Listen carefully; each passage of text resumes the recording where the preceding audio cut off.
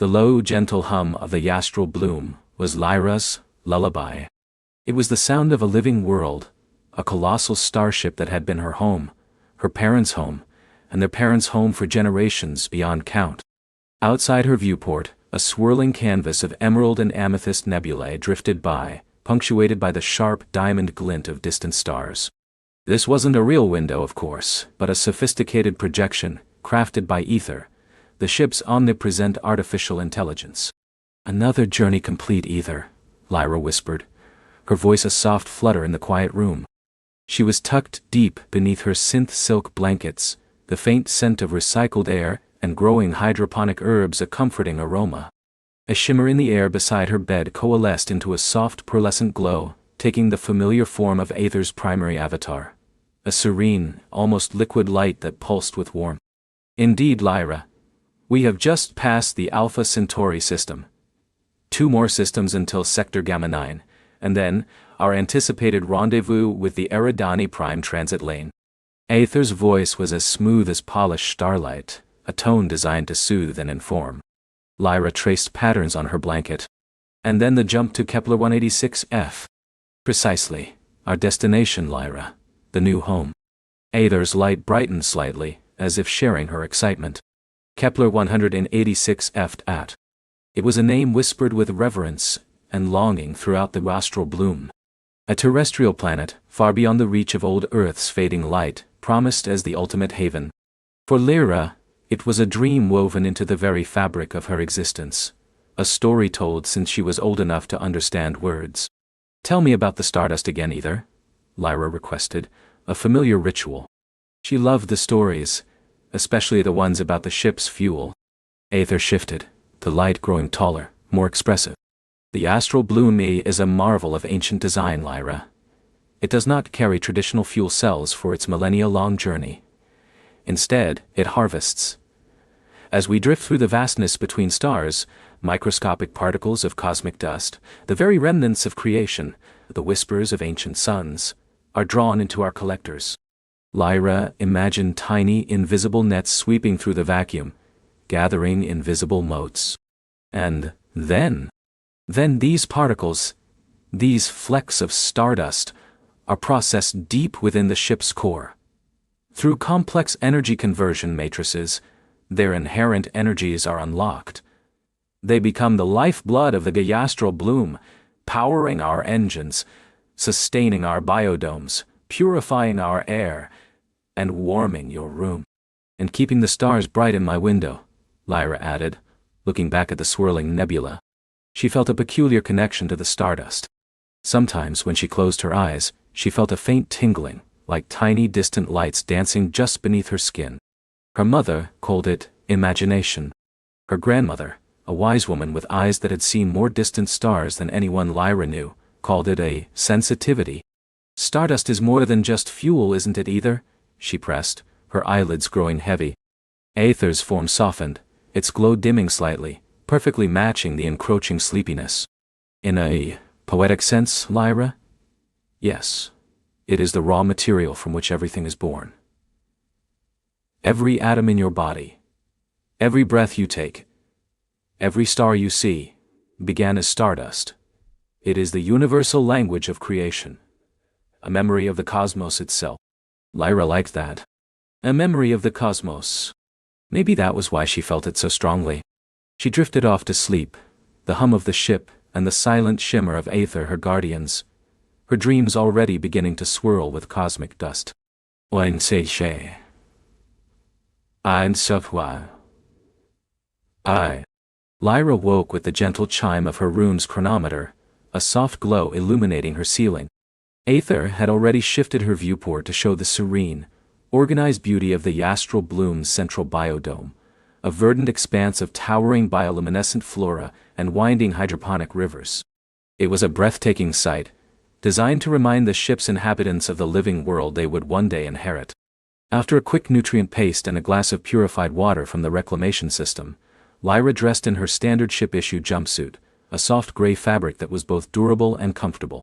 Her boots clicked softly on the recycled composite floor as she headed out, Ether's presence a constant, comforting companion in her comling. The corridors of the astral bloomy were never empty. Children her age, a spectrum of hair and eye colors reflecting the generations of humanity on board, hurried to their lessons. Adults, dressed in various shades of utility jumpsuits denoting their roles, botanists tending to the biodomes, engineers monitoring the core, navigators plotting the course, moved with practiced efficiency. The air smelled perpetually fresh, a mix of ozone and living plants.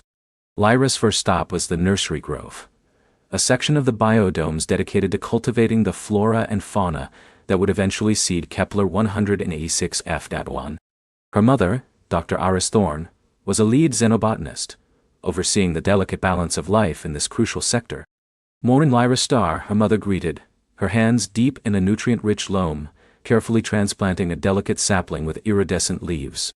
Sunlight, filtered through the ship's colossal outer hull and supplemented by internal grow lights, dappled through the canopy. Morning, Mother. Is it true we're almost at Sector Gamma 9? Lyra asked, breathing in the rich, earthy scent. Iris smiled, wiping a smudge of dirt from her cheek. Yes, darling. Just a few more cycles, and with it, a rare opportunity. The Yastral Bloomway will be passing through a particularly dense cloud of stellar dust. Not just any dust, mind you. These are ancient particles, Lyra, remnants from a nebula that predates our own sun. Lyra felt that familiar prickle beneath her skin. The special kind of stardust? Precisely. It has unique energetic signatures. Our primary collectors will be working overtime. It's a moment our astrominers have been anticipating for decades. Iris gestured towards a cluster of delicate bell-shaped flowers that glowed with a soft internal light. These are the lumina bells. We hope this particular stardust might help accelerate their adaptive growth. They'll be crucial for illuminating the darker regions of Kepler 186f. Lyra spent an hour helping her mother, carefully misting nutrient solutions onto fragile seedlings and checking the moisture levels of the soil. She loved the feel of the cool, damp earth, the vibrant colors of the plants, and the quiet hum of life all around her. It felt like playing in a giant contained forest. After her chores, she attended her daily lessons in the Knowledge Spire, a multi-level chamber filled with holographic displays and interactive learning stations. Today's lesson was on stellar cartography, taught by a kindly elder named Master Elian, whose eyes twinkled like distant stars. He spoke of constellations and nebulae, of the vast cosmic ocean they traversed, and the tiny precious island that was their ship. Remember, young ones, Master Elian projected a shimmering map of the galaxy before them. Every star you see, every swirl of cosmic gas, is a story written in light. And we, the crew of the Yastral Bloomay, are the latest chapter in that grand narrative. We carry the flame of humanity across the void, seeking a new horizon. Lyra found herself staring at a section of the holographic map showing the path of the Yastral Bloom cutting through a vibrant, swirling cloud of blue and gold. The Gamma 9 sector.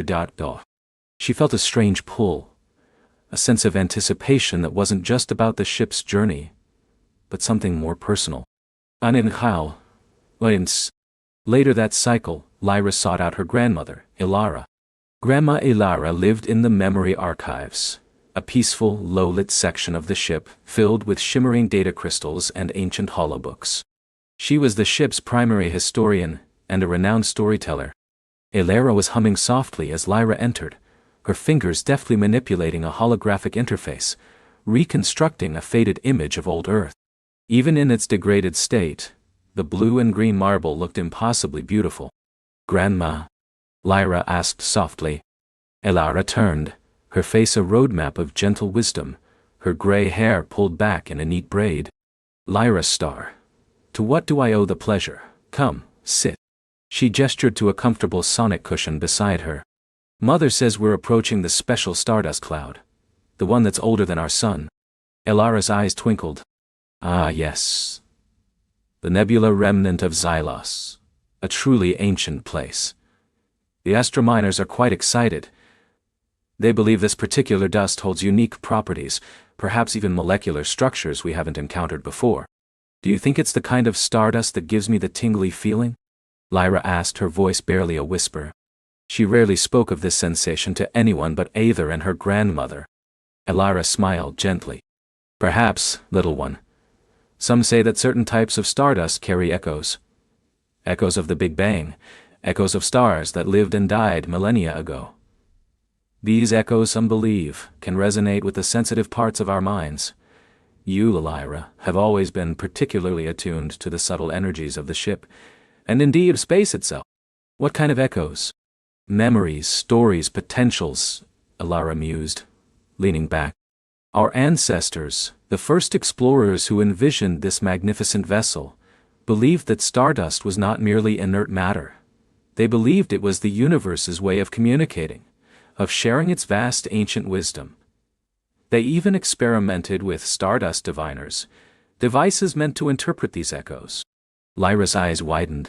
Did it work? Elara chuckled. The records are inconclusive.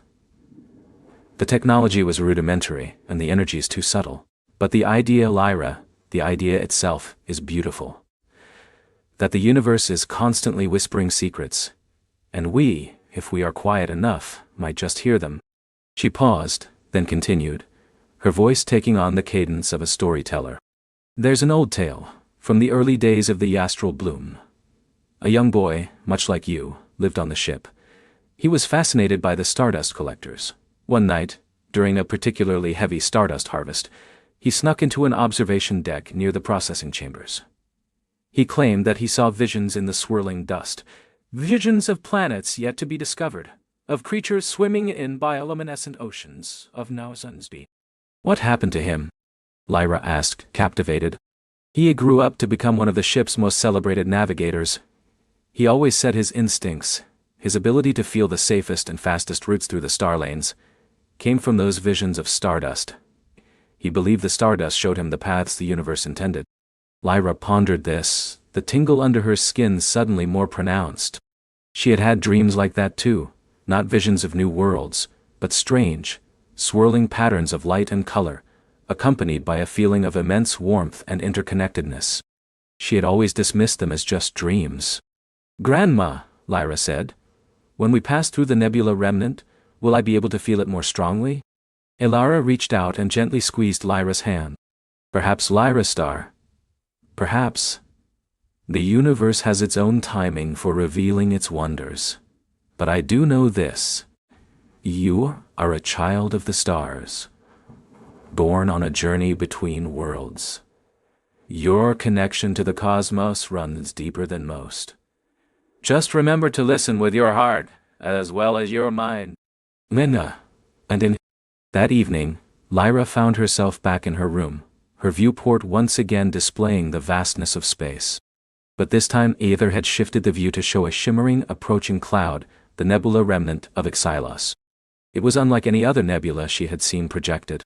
Instead of broad, sweeping colors, it was a tapestry of fine, glittering particles, like countless tiny diamonds scattered across black velvet, swirling and coalescing in intricate patterns. It's beautiful, Aether, Lyra breathed, pressing her forehead against the cool surface of the viewport. It is, Lyra. Our sensors indicate a remarkably high density of crystalline silicates and exotic metallic ions within this cloud. The energy signature is unique. Aether's voice held a subtle note of professional curiosity. Lyra felt the tingling sensation grow, spreading from her fingertips to her toes, a gentle hum throughout her entire body. It wasn't uncomfortable, but intensely present, like a soft vibration. It felt like the stardust itself was reaching out to her. Do you think it's communicating either? She asked, remembering her grandmother's words. Aether paused for a beat, an unusual delay for the ship's advanced AI. My primary function is data analysis and ship operation, Lyra. Communication in the traditional sense implies intent and a sender. However, I am detecting unusual resonance patterns emanating from the dust cloud. Patterns that deviate from typical celestial phenomena. Lyra closed her eyes, trying to focus on the feeling. It was more than just a tingle now. It was a faint, distant whisper, a symphony of incredibly subtle notes. She saw colors behind her eyelids. Soft blues, deep purples, flashes of gold, swirling just like the nebula outside. It feels like a story, Lyra murmured, almost to herself. A very, very old story. The astral blooming will begin its primary collection protocols in precisely 3.2 cycles. Lyra, Other announced, its tone returning to its usual precise cadence. We will be adjusting our shields and recalibrating the collection arrays to maximize intake of these rare particles. Lyra opened her eyes, gazing at the approaching cloud. It was growing larger, more vibrant, each glittering particle seeming to call to her. The thought of the ship immersing itself in that ancient, whispering dust filled her with a profound sense of wonder and a quiet excitement.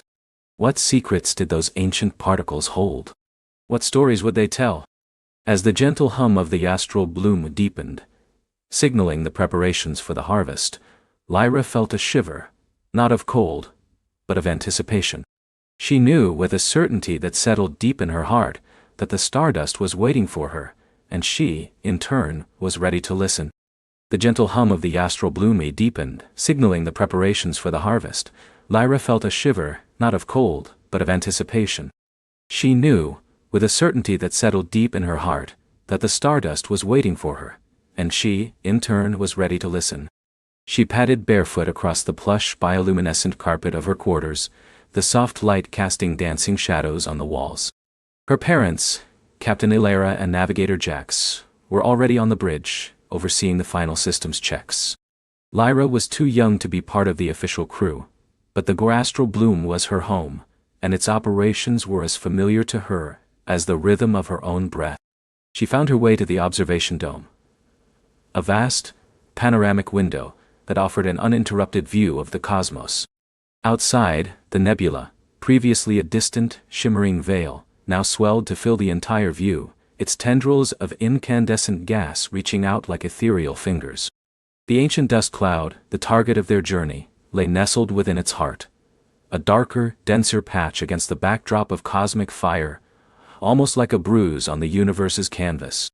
A soft chime echoed through the dome, and the ship's AI, Aura, spoke, her voice a soothing melody of synthesized tones. Immersion sequence initiated. Gravitic weirs activating. Harmonic resonance collectors preparing for deployment. Lyra pressed her palms against the cool, transparent surface of the dome, feeling the faint vibrations of the ship's engines. She watched as the astral bloom eye's sleek, pearlescent hull began to subtly shift, its outer plating rippling like water. Tiny, intricate filaments of light spread across its surface, tracing patterns of energy. These were the gravitic weirs, not crude nets or scoops, but delicate fields designed to coax the ancient dust into the ship's collection chambers, without disturbing its delicate structure or the surrounding nebula. The ship didn't plunge or burst into the cloud. Instead, it was a gradual, almost tender embrace. The stars outside began to blur, not from speed, but from the increasing density of particles. First, individual motes, like microscopic jewels, sparkled against the black. Then, they multiplied, forming shimmering curtains, then swirling vortexes of light and shadow. The astral blooming seemed to melt into the dust, becoming one with the very fabric of the cosmos. Lyra gasped, her breath catching in her throat. It was like being submerged in a cosmic ocean, not of water, but of light and time. The dome was no longer a window to the outside. It was a portal into the heart of an ancient mystery. The dust wasn't uniform. It pulsed with soft internal glows, reds, blues, greens, faint golds, each speck seemingly holding its own tiny captive star. Harvest intake at optimal parameters, Aura reported, her voice laced with a hint of satisfaction. Primary collection chambers receiving influx. Inside the ship, Lyra knew, the complex systems were carefully sifting and channeling the cosmic particles. She imagined the network of conduits, glowing faintly as the precious dust flowed through them, guided by precisely calibrated energy fields. It wasn't just about gathering material. It was about protecting and preserving the integrity of each ancient particle. After what felt like an eternity, but was perhaps only minutes, the initial, overwhelming rush of immersion subsided. The dome still glowed with the ambient light of the dust, but the frantic, swirling chaos had calmed into a serene, iridescent mist. Lyra could now see the individual particles again, suspended in the ship's atmosphere, held in place by subtle grav fields, drifting lazily like cosmic snowflakes. A small, transparent viewport in the dome slid open, revealing a glimpse into one of the Astral Bloomy's smaller collection modules. It was a cylindrical chamber, about the size of a large storage unit, its walls made of a crystalline material that shimmered with an internal luminescence. Inside, the stardust had settled, forming layers of unimaginable beauty. It wasn't uniform gray or brown. Instead, it was a mosaic of colors.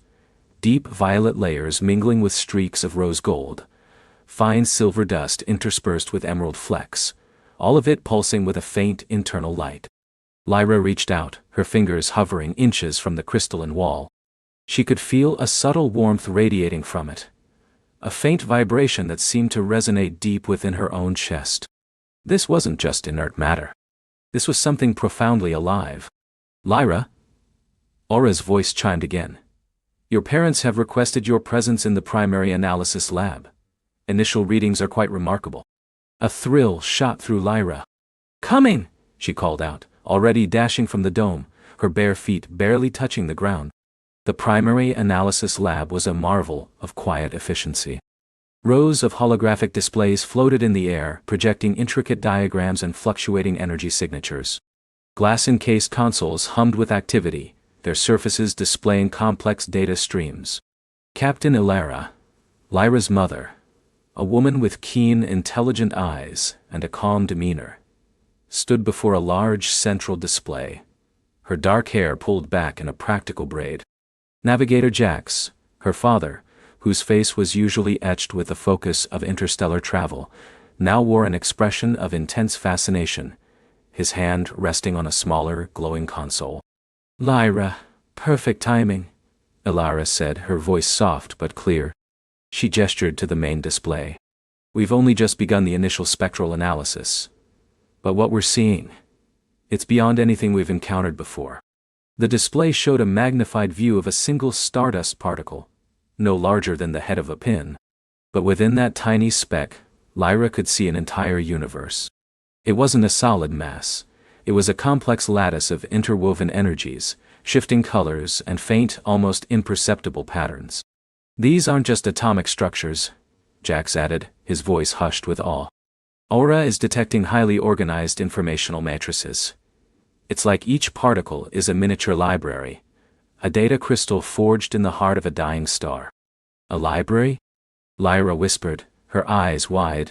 Yes, Ilara confirmed, a smile touching her lips. And an ancient one.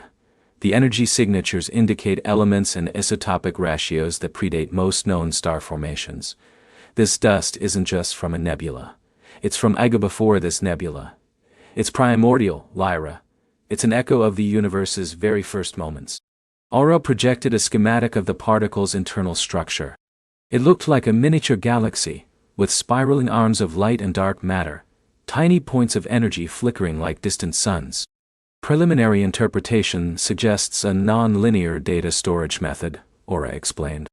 Information is encoded not in sequential bits, but in resonant frequencies and quantum entanglements across the particle's entire structure. It's less like reading a book and more like experiencing a symphony. Can we listen to it? Lyra asked, her heart pounding with a mix of excitement and trepidation. Ilara and Jax exchanged a look, a silent conversation passing between them. That's exactly what we're preparing for, Ilara said, turning to a smaller, more intimate console. We've isolated a particularly resonant sample. Aura is creating a localized field, a memory well, that will allow for direct sensory interaction. It's experimental, Lyra, but your unique sensitivity, your innate connection to the Iblumi's harmonics, we believe you might be the best one to listen first. Lyra's breath hitched. She had always been able to feel the astral Bloom-Eye's moods, to sense the subtle energy shifts within the ship. Her parents had called it empathy, a deep attunement to the ship's intricate systems. Now they were asking her to use that gift to commune with the universe's oldest stories. Jax gently guided her to the console. In its center, nestled within a shimmering field of pure energy, was a tiny, almost invisible speck of stardust. It pulsed with a faint, steady rhythm, like a cosmic heartbeat. Place your hand here, Lyra, Ilara instructed, indicating a smooth, concave surface beside the memory well. Aura will create a neural interface, a bridge between your mind and the particle's resonant frequencies. Don't try to force anything. Just listen with your heart. Lyra took a deep breath, her small hand trembling slightly as she placed it on the cool surface. A faint tingle spread through her palm, then up her arm. It wasn't unpleasant, more like the gentle hum of a tuning fork. She closed her eyes, focusing on the tiny speck of dust in the memory well. At first, there was nothing but the soft hum and the rhythmic pulse. Then, a faint shimmer appeared behind her eyelids, like light filtering through water. It grew, expanding into a vast kaleidoscopic field of color and motion. It wasn't a visual image in the traditional sense, but a sensation of pure, unfettered energy. She felt a wave wash over her, a feeling of immense pressure, yet also of profound peace. It was the pressure of countless eons, compressed into a single point, and the peace of absolute stillness. Then, the whispers began. Not as words, but as sensations, emotions, fleeting images that coalesced and dissolved with dizzying speed. She felt the crushing gravity of a nascent star, billions of years ago, its core igniting in a flash of furious fusion, birthing light into the void.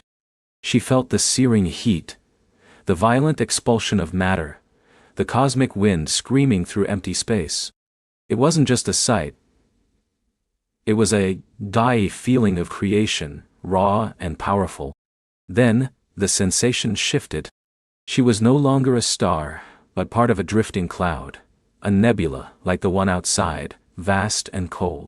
She felt the slow, inexorable pull of gravity, the gradual accretion of particles, the dance of gas and dust spinning into new forms. She felt the loneliness of empty space, the vast stretches of nothingness, and then the burgeoning hope of new life forming within the cosmic womb. A new image, sharper, more defined. A planet, blue and green, teeming with life. She felt the warmth of a sun on her surface, the rush of oceans, the rustle of ancient forests. She felt the first stirrings of consciousness, the slow, laborious climb from single-celled organisms to complex life forms. She experienced the joy of sunlight, the terror of a meteor strike, the quiet dignity of evolution unfolding over millennia. It was a fleeting glimpse, a snapshot of geological time. Lyra gasped, a small sound escaping her lips. The images weren't just observed, they were experienced. She was part of them, a silent observer within the fabric of cosmic history. Elara and Jax watched her, their faces etched with concern and wonder. They knew the risks of such a profound neural link, but they also knew the immense potential. Aura continuously monitored Lyra's vital signs, a steady green line on a nearby display. The stardust pulsed faster, and the sensations intensified. Lyra felt the rise and fall of civilizations on a dozen different worlds, not with specific details, but with the overarching emotional resonance. She felt the ambition of species reaching for the stars, the sorrow of empires crumbling into dust, the fleeting beauty of art and music, the universal longing for connection. She felt the warmth of communal bonds, the cold sting of betrayal, the fierce protectiveness of parents for their young. These were universal emotions, echoed across species and light years, captured in the ancient dust. She saw the bright flash of a supernova, not as a destructive force, but as a forge, creating the heavier elements that would one day form new planets, new light. She understood, intuitively, that death and destruction were not an end, but a necessary step in the cosmic dance of creation. The dust itself was proof of this. It was the ashes of old stars, waiting to be reborn. A particularly strong wave of emotion washed over her, a feeling of profound loneliness, but also of quiet determination. It was the echo of a consciousness, vast and ancient, that had observed the universe's unfolding from its very beginning. It was not a single entity, but a collective memory. A grand consciousness woven from the fabric of the universe itself. This consciousness, she realized, was the Stardust. It wasn't just a record, it was an active participant, a silent witness, and perhaps even a gentle guide. It was the universe remembering itself. Lyra felt a connection to this vast ancient observer. She felt a sense of belonging, a realization that she too was a part of this grand story. Her own life, her ship, her parents, their mission. It was all a continuation of the same narrative, a tiny vibrant thread in the cosmic tapestry. A faint, almost imperceptible whisper formed in her mind, not in words, but in pure understanding. You are not alone. You have never been alone. We are all fragments of the same light, scattered across time, always seeking to remember. Gain. Down. The intensity began to wane, slowly, gently. The kaleidoscope of colors softened, the flood of emotions receded, leaving behind a profound sense of peace and an overwhelming clarity. Lyra slowly opened her eyes, blinking against the ambient light of the lab. Her hand still rested on the console, but the tingling had subsided. The tiny speck of stardust in the memory well still pulsed, but with a softer, more contented rhythm.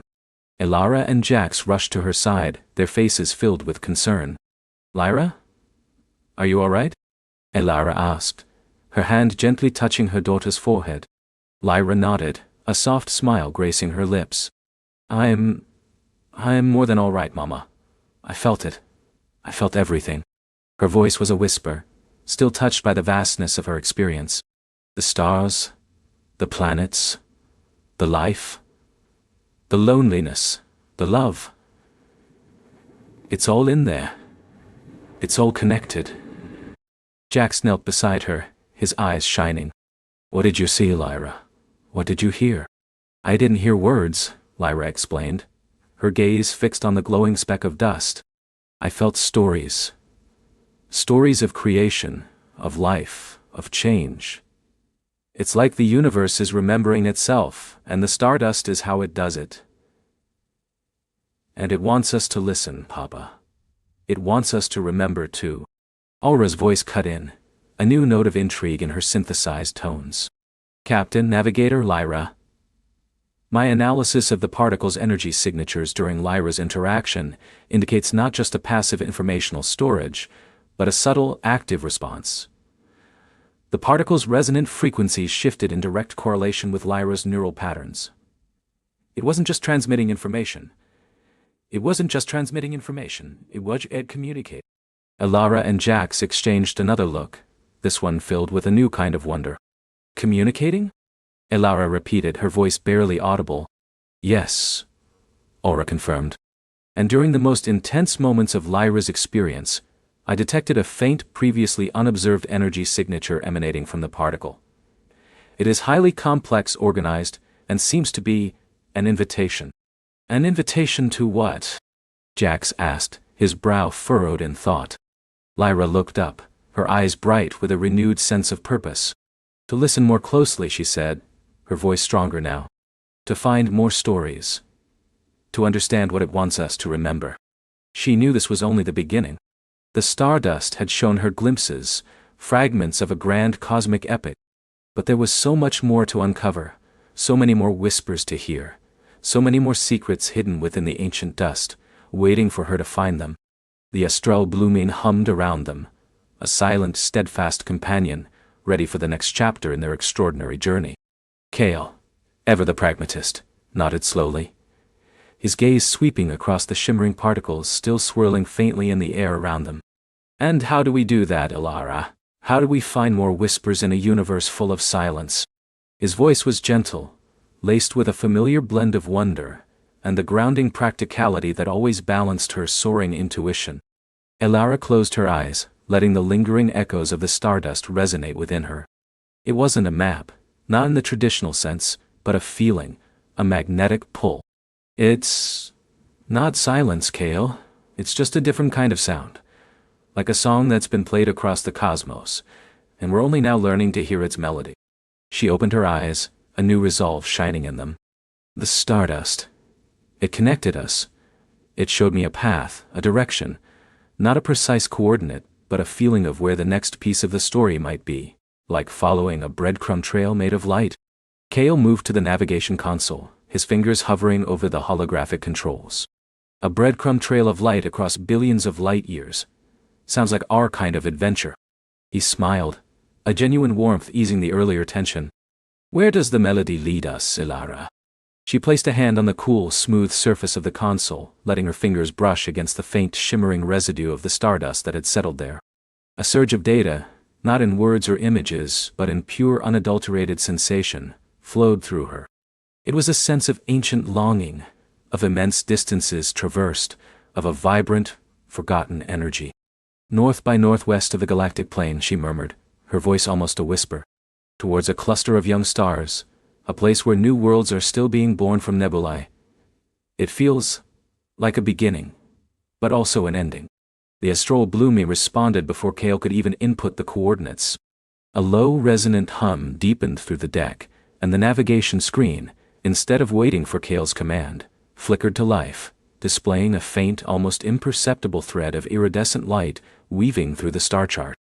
It was precisely the direction Alara had described. The ship, it seemed, was as eager as they were to follow the Stardust song. "Well, I guess the E-Bloom agrees with your intuition," Kale chuckled, stepping back from the console. "She's always been sensitive to unusual energy signatures. Or perhaps she just likes a good story too." He moved to the pilot's chair, his hands resting lightly on the controls. "Engaging drive. Let's see where this cosmic symphony takes us next." The Astral Blooming didn't jump with a violent lurch or a blinding flash.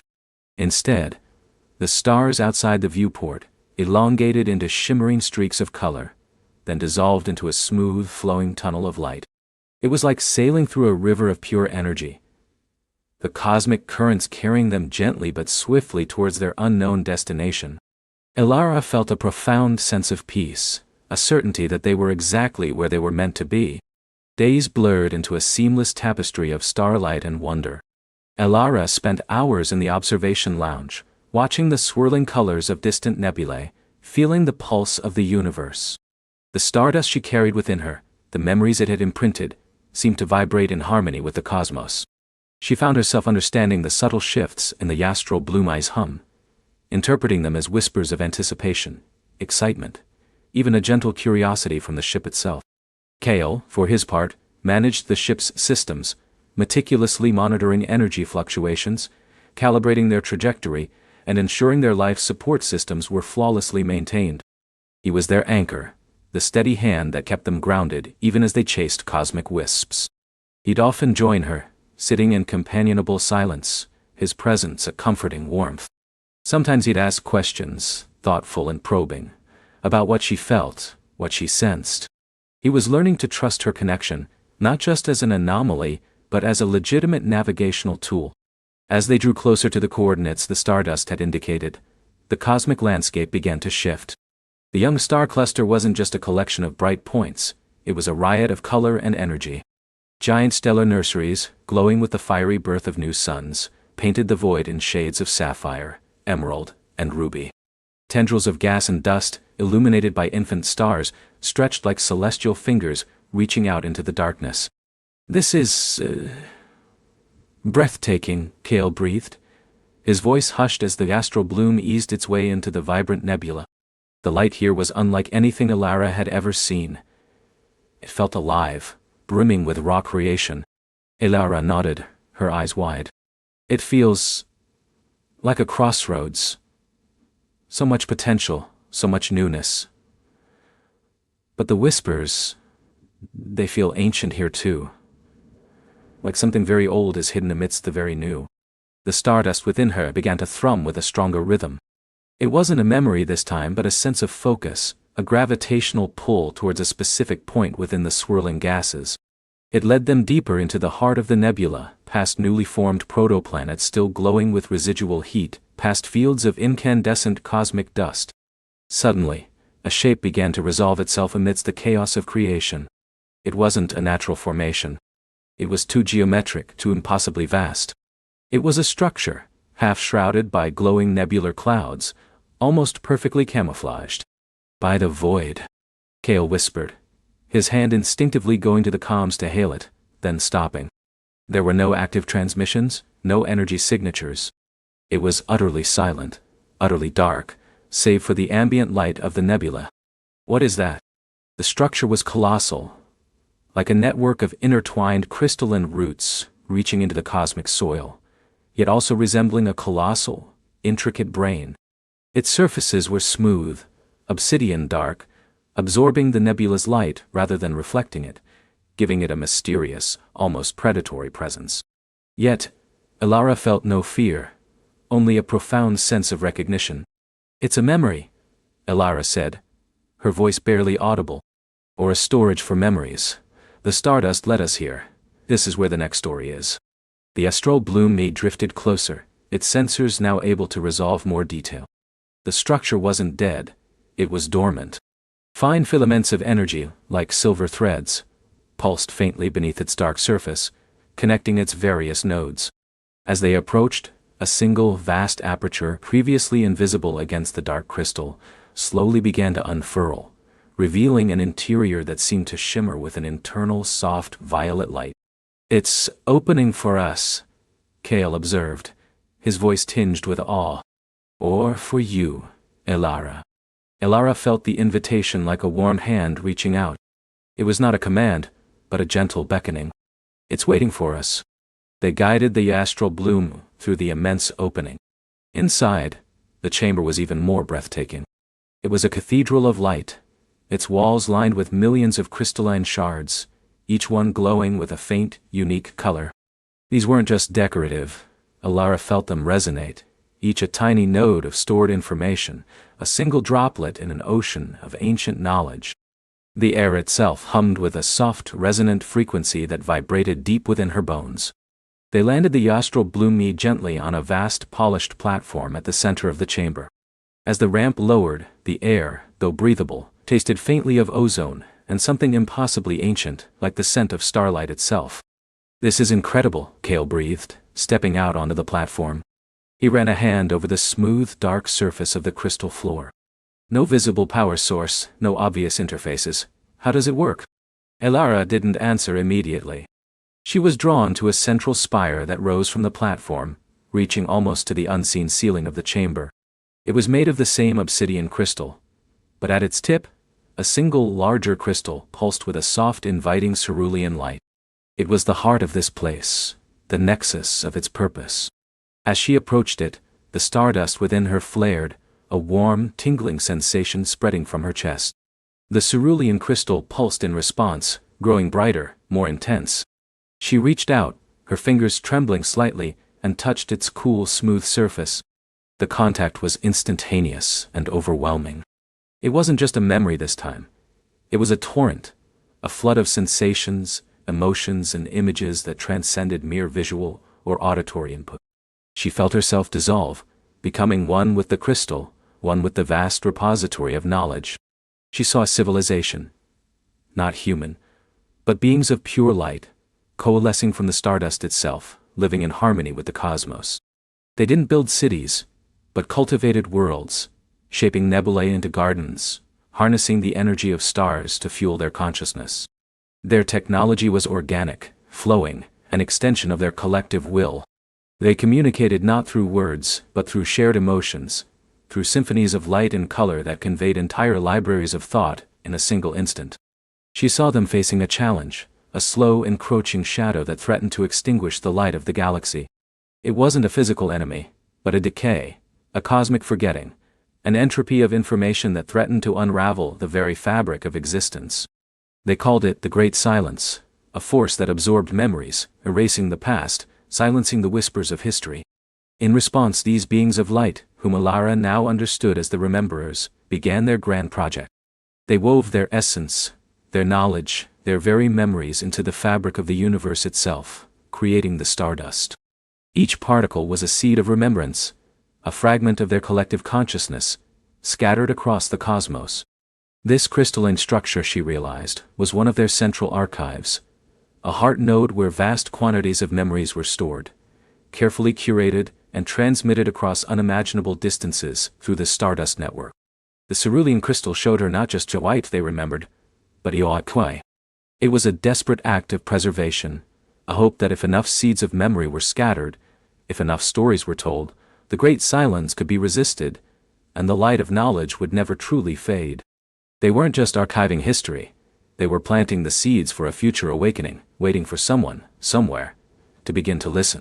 Elara felt their sorrow, their immense loss as their civilization slowly succumbed to the Great Silence, not through violence, but through a gradual dimming, a slow retreat into a cosmic slumber. But even in their fading, there was an enduring hope, a profound belief that the universe itself would remember, and that one day, the whispers would be heard again. She saw glimpses of their technology, devices that could reshape spacetime with thought, starships that were living extensions of their will, and most importantly, the intricate network of stardust that connected everything. It wasn't just dust.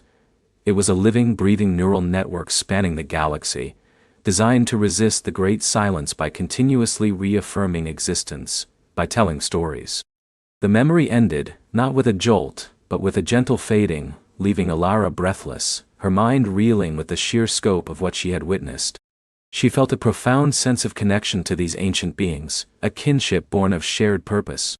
She understood now what it wanted them to remember: the importance of memory itself, the vital role of stories in safeguarding existence, and the quiet courage required to face oblivion with hope. Kale was beside her, his hand gently touching her arm, his face etched with concern. "Elara? You were gone for a moment. What did you see? What did you feel?" She opened her eyes, tears glistening, not of sadness, but of overwhelming wonder, and a new, profound sense of responsibility. They weren't just trying to remember Kale. They were trying to make the universe remember. They wove their entire civilization, their knowledge, their hope, into the stardust. It's a living archive, a defense against a cosmic forgetting. The Great Silence, they called it. Kale's eyes widened, processing her words. Cosmic forgetting? So the Stardust isn't just a record, it's a lifeline? Exactly, Elara confirmed, her voice still a little shaky. And we're part of it now. We're the listeners, the rememberers. This place, she gestured around the vast crystalline chamber, is one of their great libraries, a central node. It's designed to transmit and receive memories through the Stardust network. A new understanding dawned on Kale's face. So, when you connected, you weren't just accessing a stored memory. You were becoming a part of their network, a relay? Yes, she confirmed, a shiver running through her. And the Stardust, it's not just showing us glimpses anymore. It's guiding us to other nodes, other libraries, other stories. It's reactivating the network, one whisper at a time. She paused, her gaze sweeping across the millions of glowing crystals lining the chamber walls. We're not just finding stories, Kale. We're helping to wake up the universe. The weight of her words hung in the air, immense and awe-inspiring. They weren't just explorers. They were custodians of a forgotten legacy, participants in a cosmic struggle against oblivion. The astral bloom, their steadfast companion, seemed to hum with renewed purpose, its systems glowing with a soft, responsive light. Elara felt the subtle shift in the cerulean crystal beneath her hand. It wasn't pulsing with memories anymore, but with a new direction, a fresh current in the vast Stardust network. It was pointing them towards another node, another fragment of the grand cosmic epic, perhaps a different kind of memory, a different aspect of the Rememberer's legacy. It's showing us the next path, she said, withdrawing her hand, feeling the residual warmth of the crystal linger on her skin. There are more nodes, more archives. And the great silence. It's still out there. Fading maybe, but still a threat. The Rememberers didn't just want us to remember their past. They wanted us to carry their purpose forward. Kale met her gaze, his expression solemn but determined. Then we'll listen to every whisper, Elara. We'll help the universe remember. He looked around the breathtaking chamber, at the silent testament to a dying civilization's enduring hope. Where to next then, keeper of the stories? Elara closed her eyes, letting the stardust within her align with the faint, new signal emanating from the central crystal. It wasn't a young star cluster this time, but something older, something more remote, lurking at the very edge of a spiral arm, a place steeped in quiet majesty. It felt like a deep secret, a memory held even more closely than the others. To the edge, she whispered, a sense of profound wonder and anticipation filling her. To a place where the stars are few and far between, where the universe holds its breath, waiting for a story to be told once more. The astral bloom eye's gentle hum intensified, its engines already stirring, ready to carry them to the next chapter of their extraordinary universe-altering journey. The cosmic symphony was just beginning to unfold, and they, Elara and Kale, were its newest, most eager listeners. The astral bloom's gentle hum intensified, its engines already stirring, ready to carry them to the next chapter of their extraordinary universe-altering journey. The cosmic symphony was just beginning to unfold, and they, Elara and Kale, were its newest, most eager listeners. Days melted into weeks, then months, as the astral bloom ventured beyond the familiar constellations, past the farthest tendrils of galactic arms, into the deepening cosmic night. The stars did not disappear entirely, but thinned, becoming pinpricks of defiant light in an ocean of unimaginable darkness. Elara spent hours in the observation lounge, a vast panoramic dome where the universe stretched unimpeded. Kale, ever the pragmatic navigator, had initially worried about the sheer emptiness, the lack of conventional celestial markers. But even he found himself drawn to the profound silence, a quiet that wasn't vacant but pregnant with potential. "It's like diving into the deepest part of the ocean," Elara mused one evening, her face bathed in the faint distant glow of a cluster of ancient red dwarfs.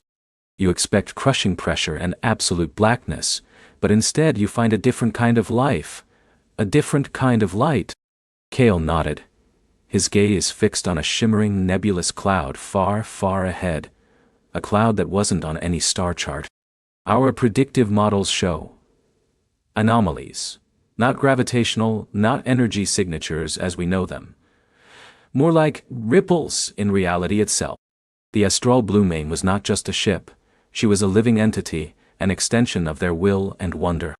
Her bioluminescent hull pulsed softly, mirroring Elara's own heartbeat. Her AI, a sentient consciousness named Ilos, communicated through subtle shifts in cabin temperature, a faint scent of ozone when processing complex data, or a gentle vibration through the deck plating. Xylos was their silent companion, their unwavering guide. As they drew closer to the edge, the anomalies became more pronounced. The faint stellar background began to warp, not visibly, but in a way their advanced sensors registered. Light from distant galaxies seemed to bend and stretch, not by gravity, but by an unseen force that played with the very concept of distance. Time itself felt fluid. A day spent in deep meditation might feel like an hour, while a quick meal could seem to stretch into an eternity. "We're entering a region of narrative resonance," Silos communicated one cycle, the air in the lounge taking on a faint, almost imperceptible scent of ancient parchment and ozone. "The universe here is not merely observed. It is, felt, Elara's heart thrummed with excitement. A place where stories live then? More accurately, Silos refined, a place where stories are woven." Finally, after what felt like an eternity in a blink, they arrived. There was no sudden boundary, no dramatic cosmic curtain. Instead, the void simply deepened, becoming a vast inky canvas against which something truly magnificent began to resolve itself. It wasn't a star, or a nebula, or a black hole. It was a structure, impossibly vast, impossibly intricate, and utterly ethereal. It appeared as a colossal, shimmering tapestry woven from threads of pure light and shadow, stretching across light years. Spiraling filaments of nebular gas, threads of dark matter, and streams of primordial energy intertwined, creating patterns that defied geometric logic, yet felt inherently harmonious. It pulsed with a gentle, rhythmic luminescence, like a cosmic heart. This was the cosmic loom.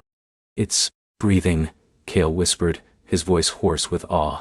Elara could only nod, tears welling in her eyes. The loom wasn't just beautiful, it was profound.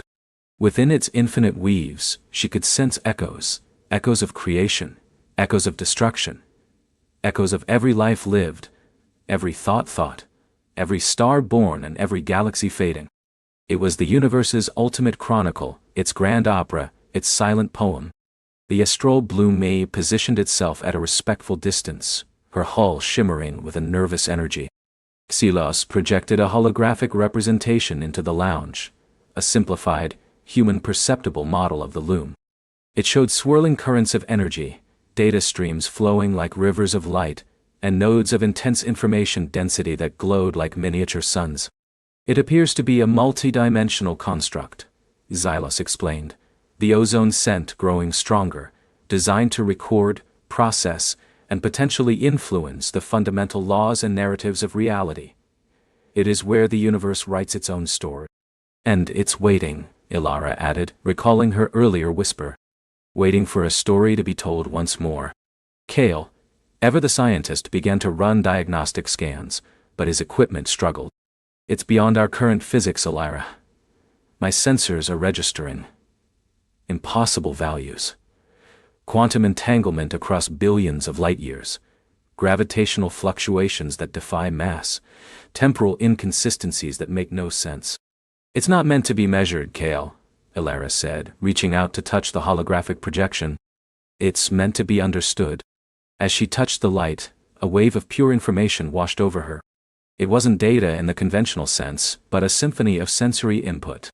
She saw the first primordial atoms coalesce, felt the birth pangs of the first stars, heard the silent explosion of galaxies forming.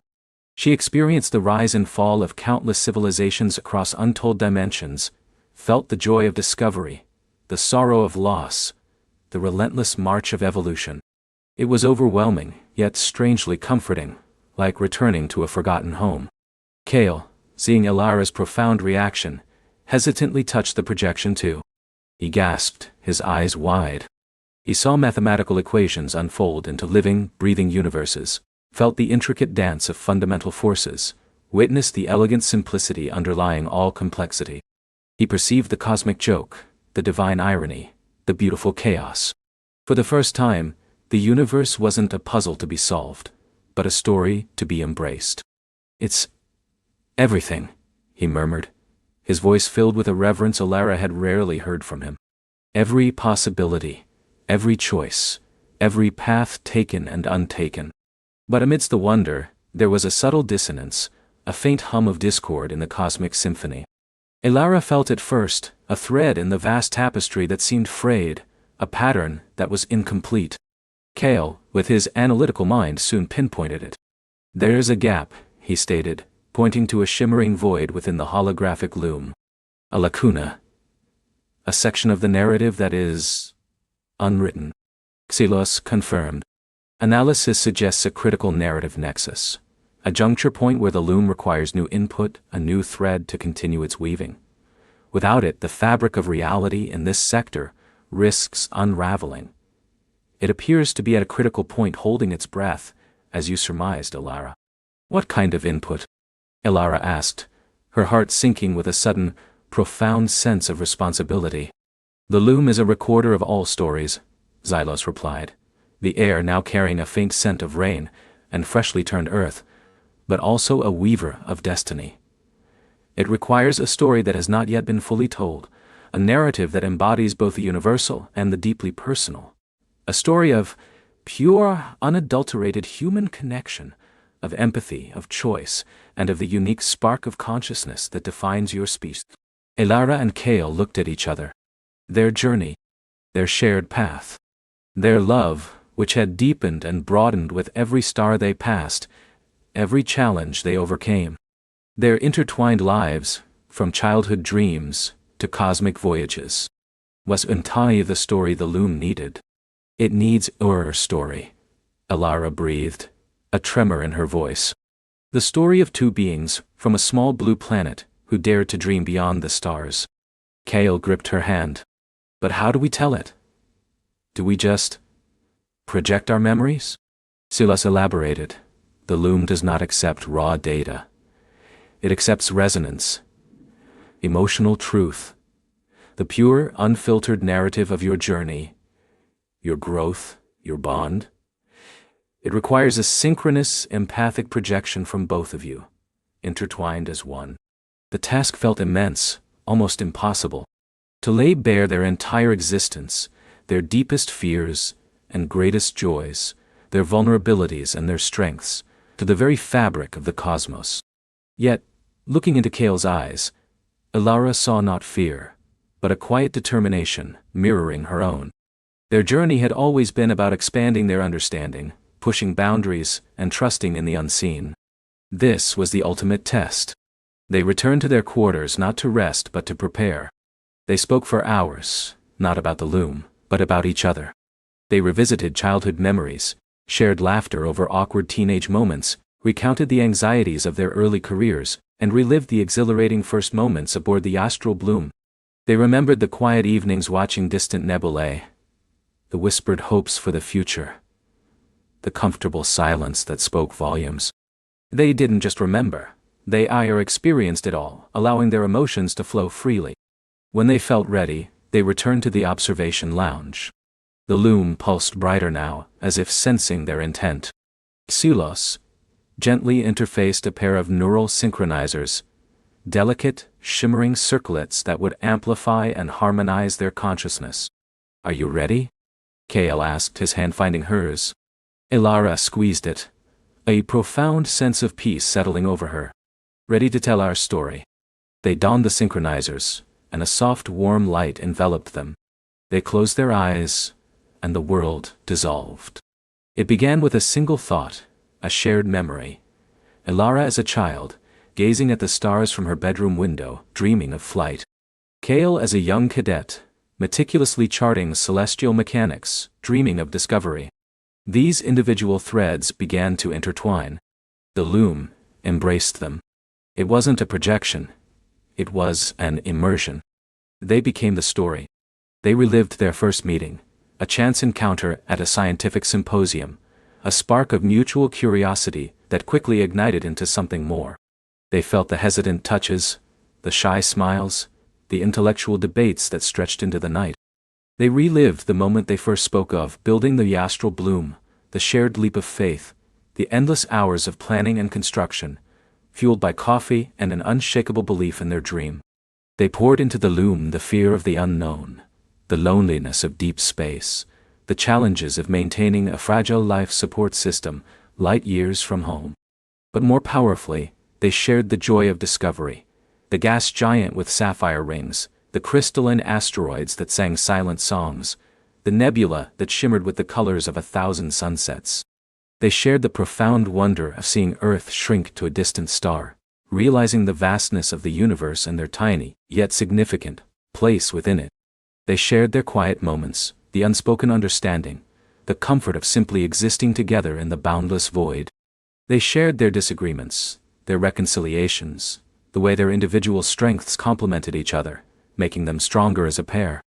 They wove in the subtle magic of their love, not as a grand dramatic romance, but as a steadfast evolving partnership, a quiet flame burning brightly against the cosmic darkness. Most importantly, they shared their empathy. The empathy they felt for each other, for Xylos, for the potential life they might encounter, and for the universe itself. Their story was not just about their personal journey. It was about the universal human spirit of curiosity, connection, and the relentless pursuit of meaning. As their narrative flowed, the frayed thread in the loom began to mend. The incomplete pattern started to fill, not with a preordained design, but with the unique, vibrant hues of Elara and Kale's shared consciousness. The dissonance faded, replaced by a harmonious chord that resonated through the entire construct. They felt a deep sense of release, of vulnerability, and of profound connection. They weren't just telling a story, they were becoming a part of the universe's ongoing narrative, their lives woven into the very fabric of reality at its most fundamental level. When they finally opened their eyes, the neural synchronizers gently detached. The light in the lounge had returned to its normal, soft glow. The holographic projection of the loom pulsed with a renewed, vibrant energy, its patterns now complete, flowing seamlessly. "The narrative nexus has been resolved," Xylos announced, the air now smelling of spring rain and blossoming flowers. "The loom has accepted your story. It has been woven into the tapestry of existence, ensuring the continuity of this region of reality." Elara and Kale looked at each other, speechless. They felt different. Not physically changed, but profoundly altered within. The universe felt less alien, less distant. They felt a deep, intrinsic connection to everything, as if they had touched the very heart of creation and found their own beat within it. The loom, now whole, began to subtly shift its energies. It wasn't just recording anymore. It was radiating. Faint, shimmering waves of energy emanated from its core, spreading outwards like ripples in a pond. Elara perceived them not as energy, but as whispers of new possibilities, new tales waiting to unfold. The cosmic symphony was now playing a richer, more complex melody, and they had added their own unique instruments. "What happens now?" Kale asked, his voice still soft with wonder. "The loom continues its work," Xylos replied. "And you, navigators of the unknown, have completed your extraordinary mission. You have not just explored the universe, you have contributed to its very making." The journey back was different. The stars, though still distant, seemed to sparkle with a newfound brilliance. The void was no longer an emptiness, but a canvas awaiting new strokes. Elara and Kale found themselves seeing the universe with fresh eyes, imbued with the wisdom of the loom. Every star, every nebula, every distant galaxy held 1,000 stories, and they now understood the profound beauty in each. They returned to the familiar sectors of their galaxy, the astral bloom gliding silently back towards home. They didn't know what awaited them, or how they would explain their journey. Perhaps they wouldn't need to. The knowledge they carried, the peace they felt, and the profound love that had become the very core of their being, would be their true testament. One final evening, as the astral bloom approached the familiar glow of their home galaxy, Elara and Kale stood in the observation lounge, hand in hand. The stars were now dense, brilliant, a sparkling river of light. "We found the edge," Elara whispered, a smile playing on her lips. "And we found ourselves there." Kale leaned in, kissing her forehead. "And we left a piece of ourselves behind, woven into the universe's greatest story." The astral bloom's gentle hum was a lullaby now, a soft, contented purr. The cosmic symphony, no longer just beginning, had come full circle. Elara and Kale, its newest and most eager listeners, had become its newest and most cherished composers. Their story forever echoing among the stars, a testament to wonder, courage, and the enduring power of human connection, woven into the very fabric of the cosmos. And as the astral bloom drifted homeward, they knew, with a quiet certainty, that the universe, now more than ever, was a place of infinite beautiful stories, waiting to be lived.